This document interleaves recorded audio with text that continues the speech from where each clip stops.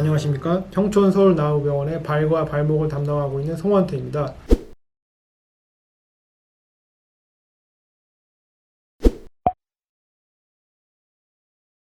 그렇지 않아도 오시는 환자분들께서 인터넷 찾아보니까 절대 수술하지 말라고 한다 이런 얘기를 많이 여러 번 듣다 보니까 저도 궁금해져서 인터넷 검색을 좀 해봤어요. 왜 무죄반증 도대체 왜 수술을 하지 말라고 할까 찾아봤더니 그 중에 많은 경우 대부분은 이제 보조기 광고더라고요. 과학적으로 증명이 안 된 그런 얘기를 마치 이게 사실인 것처럼 약간 좀, 그래서 인터넷 정보를 너무 믿으시면 안 될 것 같습니다. 이제 받아들일 정보, 좋은 정보가 있으면 받아들이면 좋지만 이제 걸러서 생각하시는 게 좋고요. 무죄반증이 사용하는 보조기가 실제로 있고 저희들도 여러 개 쓰고 있긴 합니다만, 이제 무죄반증을 교정하는 효과는 전혀 증명된 바가 없고, 무죄반증이 진행되는 걸 예방하는 거에 대해서도 뭐 아직까지는 과학적으로 증명된 바가 전혀 없습니다. 하지만 이제 어느 정도는 효과가 있지 않을까 좀 예상을 하고 저희가 보조적인 역할로 쓸 수는 있는데요. 근데 이걸 너무 맹신하고 이미 특히나 이제 무죄반증이 너무 심해져 있는 경우에 이 보조기만 믿고 이게 바람직하지 않다고 생각합니다. 환자분들 중에는 이제 내 주위에 뭐 친구가 같이 수술을 했는데 너무 아프고 수술과 너무 힘들고 해서 자기는 절대 하지 마라 이런 얘기를 들은 경우도 종종 봤는데요. 근데 사실은 아프지 않은 수술은 없고요.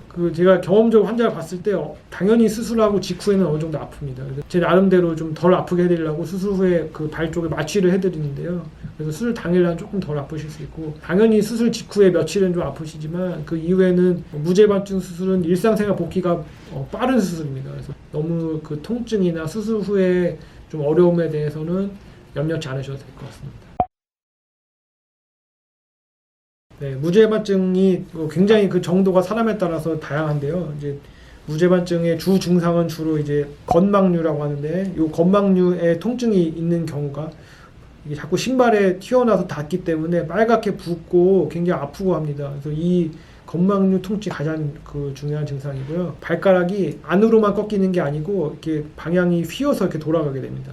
이 엄지 심한 경우에는 두 번째 발가락 밑으로 엄지발가락이 파고 들어와서 이렇게 두 번째 발가락이 엄지발가락 위로 이렇게 올라가게 됩니다. 엄지발가락이 휘면서 우리가 발을 디뎠을 때 체중이 엄지발가락 쪽으로 제대로 실리지가 않기 때문에 체중이 두 번째, 세 번째 발가락 쪽으로 많이 실리게 되는데요. 이건 이제 정상적인 그런 체중 부하가 아니기 때문에 이런 변화가 계속되면 이 두 번째, 세 번째 발가락 쪽, 발바닥 쪽에 굳은 살이 박히게 되고 거기가 굉장히 아프게 됩니다. 그래서 이 정도로 변형이 심해서 증상이 나타난다면 수술을 고려하는 게 맞습니다.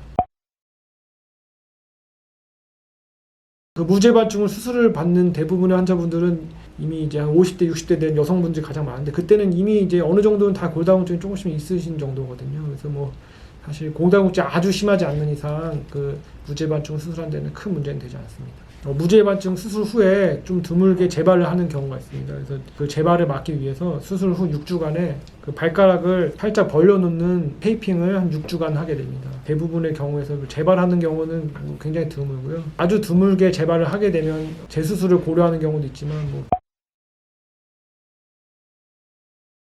무죄반증 수술이 굉장히 많아요. 방법이 책에는 100가지 이상 된다고 하는데 그 정도로 수술이 다양하게 있는데, 저는 이제 가장 족부 의사들 여태까지 가장 많이 해오고 부작용이 적다 이렇게 정립이 된 수술, 정통적인 수술을 고집하고 있습니다. 최대한 결과가 좋게 좀 만족할 수 있는 수술을 해드리려고 노력하고 있습니다.